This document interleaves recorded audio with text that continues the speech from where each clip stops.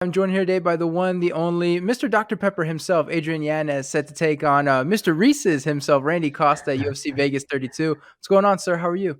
I'm doing pretty good, man. I would hold back on the Mr. Reese's. He hasn't got responded back by Reese's yet. I got responded to by Dr. Pepper. So no, if anybody can call themselves like Mr. anything, I'm Mr. Dr. Pepper right now. So I got the two suffixes. I think Mr. and Doctor. I got the Mr. Dr. Pepper right here, bro. I got a double win. But man, everything's been a blessing, man. I've been loving life, man. It's a very fun build up to the fight. 'Cause you guys have this sort of weird soda versus candy trash talk. Have you ever seen Dr. Pepper or Reese's so many times in your life? Like, I assume your whole life is flooded with this candy, with this soda you must see constantly. Oh yeah, man. It's nuts, man. I love it. But I love it though because it's not your average build up to a fight. It's not your average, regular fight. We're not talking shit to each other. We're just kind of talking shit about each other's candy or drink and all that stuff. So it's fun to me, man. But I've been getting like a lot of edits of me being photoshopped with Dr. Pepper. Some guy photoshopped me like on Street Jesus, and then had like tacos and Dr. Pepper floating all over me. Yeah, it's been good. It's been wild.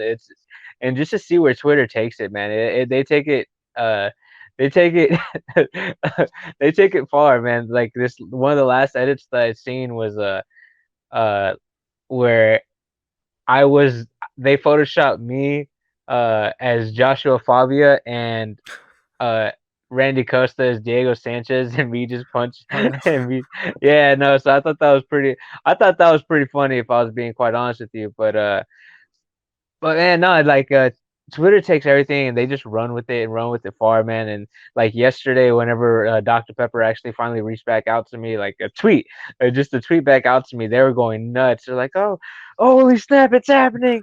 Oh, we're about to lose it. It's about to lose his mind." So it's pretty cool, man. I love this.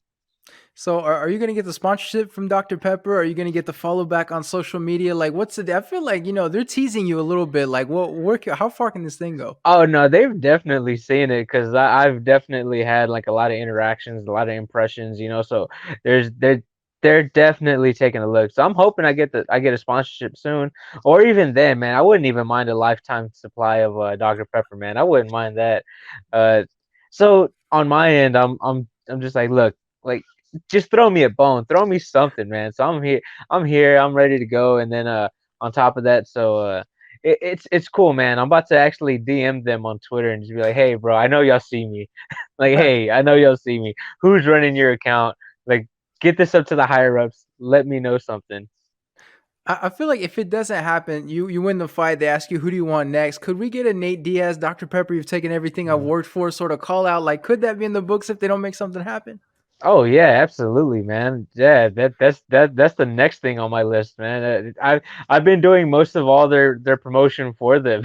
Then I have all of MMA Twitter, at least the people that love me, pushing for that too. So it's like it's all cool. It's all fun and games, but at the same time, like hey, I'm giving you promotion. Hey, Yeah. like come on, guys. Like I'm a walking billboard for y'all. Exactly. Last question about the Dr. Pepper thing, perhaps the most important one. Are you able to drink Dr. Pepper during camp? Like, I'm not sure how that would fit in your macros. Are you able to make it Uh, work? no, man, I sustain from it, man. I really, man, I crave it, man. I crave it at times. So I, I actually go to this, if I really need to get my fix on it, there's a drink. I think, Mighty Mouse used to drink it a little bit. It was like called I think it was called Zevia. They Yeah. have like a black cherry flavor, and it tastes sort of similar to Dr. Pepper. And it's like 0 calories, zero sugar, zero all like almost on all of it down on the nutritional facts. So, all right, cool. Well, I'll have this and I'll try it. And it it kind of it bumps me out once I drink it because I'm just like, this isn't it. This isn't it. So nah, man, I had to sustain from it, and it's one of those things that it just makes it so much sweeter. Like right after the fight, like actually, man, it made it so much better that like the first time I fought in October, they didn't have Dr. Pepper for me. Like the UFC is that like the UFC lady, like right after the fight, who takes me to go wherever I need to go. she's like, "Do you want anything to drink? Do you need anything?" And I was like, man, it's like I was like, man, I need a like, do y'all have Dr. Pepper? And she's like, no, we don't have Dr. Pepper. It's like I get you a Sprite, get you a Coke, and I was like, It's not ah, Dr. man, Pepper. I'll just take a water. Just give me a water. Uh, and then this next time I went, I was like, I had went to on the weight cut week. We went to Walmart, and I was like, man, I'm getting myself a couple Dr. Peppers, man. I'm gonna get it just so I can have it after the fight. And then right after this last fight in March, we're walking around. She was like, "Do you want anything to drink?" "Do you want anything to drink or anything like that?" And I was like, "You know what? I'm gonna ask." I was like, "Y'all have Dr. Pepper?" She's like, let me see." And like, she took me to where I need to go, like an interview and all that stuff. And then next thing you know, she comes running back. She's like, "We got it, we got it." And I was like, "Oh, all right." So it tasted that much better just being able to have it right after a fight. So I love it, man. After my first pro debut, like right after I got out the ring, my girlfriend had like a liter of Dr. Pepper waiting for me. So I'm like, dude, that's always great. Right after a fight, having a Dr. Pepper, because like for the 8 weeks that I don't drink it, like everything kind of comes back. You get to like you have to get back. You have to get used to the fizz. You got to get used to you have to get used to like, man, the flavors. Like, oh yeah, man. So it's good, man. I love it. So you are going to be taking on Randy Costa. How did this fight get on everybody's radar? Because you guys were doing a lot of back and forth on Twitter, trying to make it happen, trying to make it happen, and finally it happened. So how did that originally start? Like you guys wanted to fight each other? No, well, actually, I had saw that Randy followed me on Instagram, and I followed him back, and then on Twitter, uh, you know, there was just like it honestly, everything all stems from Twitter and MMA Twitter. And MMA Twitter was going nuts, especially after this last fight. The last fight, after I knocked out Gustavo, like I had called out Nate, and people were like throwing names at me. They automatically Some people were going unrealistically and being like, "Oh, he should fight for the title. He should fight for the title next." And then there's some people who were being like, actually doing some really good quality matchmaking. And somebody said, and I saw that Randy was giving me props and everything, uh, and somebody was trying to say that he was scared of me, and I was like, I don't think he's scared. Then I see the next tweet following, like a replying to like somebody who said he was scared. He's like, oh no, I might like the guy, but I'll still fight him. And I was like, I like that energy. Like, I like that energy. He's like, yeah, I love it. Like, I don't like, it's one of those things that, like, yeah, you don't see that too much often. You get a guy that you like and you can respect as a fighter, and then you just see that you're like, yeah, I'd fight that guy too. So it's pretty cool. And then after that, I replied, and then it just kind of turned into one of those things that, like, we were both wanting to fight. We are both trying to make it happen. We are both trying to get on UFC 262, and like it just flowed really well with each other that we ended up signing a contract for July 24th. But at the same time, we were still pushing for UC 262. So we had like all of MMA Twitter just trying to help us get on that card, and we are close. We were super super close, but Texas with their weed laws and all that stuff, and kind of messes everything up, which I think is a little bit stupid. Especially Nevada doesn't test for it, California doesn't test for it, and those are the two golden standards of like commissions. So you would think Texas would follow suit, but I don't know, man. It's weird. Just the whole rule set on a couple things, but yeah. Does this fight feel like a turning point for you at all in your career? Because I feel like I saw the hype build up after your last fight. I'm seeing all the attention you're getting now. It kind of feels like with a big win, like this would put you in a different position in your UFC career. Absolutely. But the thing is, I have to perform. I can't just go out there and get a win. The thing about my last two fights is that I performed both times. Like, I performed on the contenders. I performed when I really needed to. Uh, kind of stemming back from LFA to LFA. Whenever I fought Kyle Estrada, I went out there and I fought and I performed for LFA. I went out there and we had a fight tonight, did a really good solid for them, and then I was going to fight for Fury Fighting Championship and have a fight that was meaning to be had. Like, it was supposed to happen way back in the day, but we were going to get that fight, and that's a guy who's on the Ultimate Fighter right now, Ricky Tercios.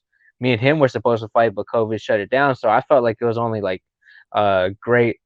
How can I say it? It was only meant for me to just to start performing and then getting the right opponents in front of me, and then I got the contender series and I went out there and I performed. Uh, my debut, I went out there and I had a great performance against a guy who I was supposed to have a great performance on. And then Gustavo, my first actual test in the UFC, I go out there and I perform with flying colors. So everybody's looking at that, and everybody's just like bouncing up off the walls because I'm going out here and I'm doing what a lot of other people weren't able to do. You know, get two finishes and the start of the career and everything. So it just it's just me performing, and I have to perform against Randy Costa. If me and Randy Costa go out there and we have kind of like a snooze fest, or let's just say like we go to a decision that wasn't very pleasing to the eye, my stock drops. So I'm super realistic on a lot of that.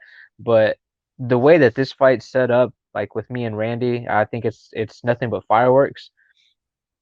So I had to go in there and I had to perform because all this hype and all this stuff can easily be going away just by one bad performance. So to me, I'm going in there knowing that like I'm gonna have to go out there and starch Randy. I'm gonna have to go out there, either starch him or give him a 3 round beating or have a fight of the night. That's the only way like it'll rise up. But this is also one of those big fights that it's not a turning point, but it's a point where it will help define our career for later fights. So I'm taking this very 100% seriously because I know what the implications are on this, and I'm ready. I'm ready for that next step.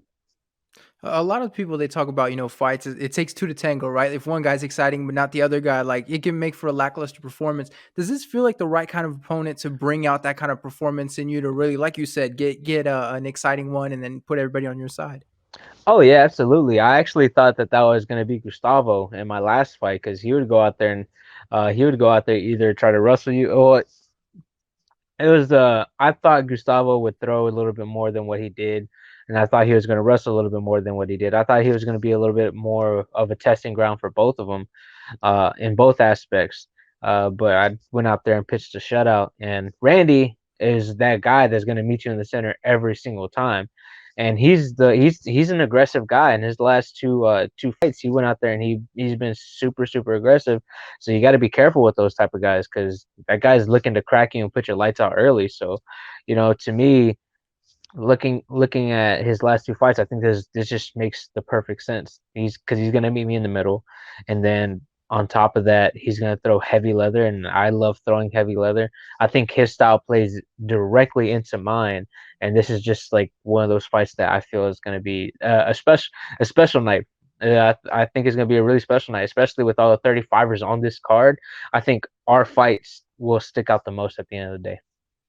All right, and so I have one last question for you. It's an easy one, it's an obvious one you've heard a million times, but how do you see yourself getting the job done in this one?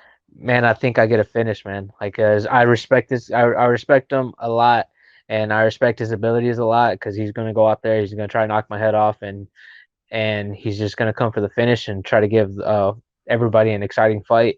And within that exciting fight, I feel like I'll do better in those smaller moments, and I'll be able to catch him and put him out. But if you can take the shots, man, it's gonna be a fight of the night. So I can say I'm gonna knock him out, but at the same time, if he can take the shots, then it's a 3 round fight of the night. Me getting the win, but I believe I can get the stoppage. I believe I get the stoppage in the second round. All right, well, there we go. We look forward to it. Obviously, this fight's exciting. It's awesome. You see the hype on Twitter. Thanks so much for the time, man. I really appreciate it. Man, thank you for having me on, man. It was I love this.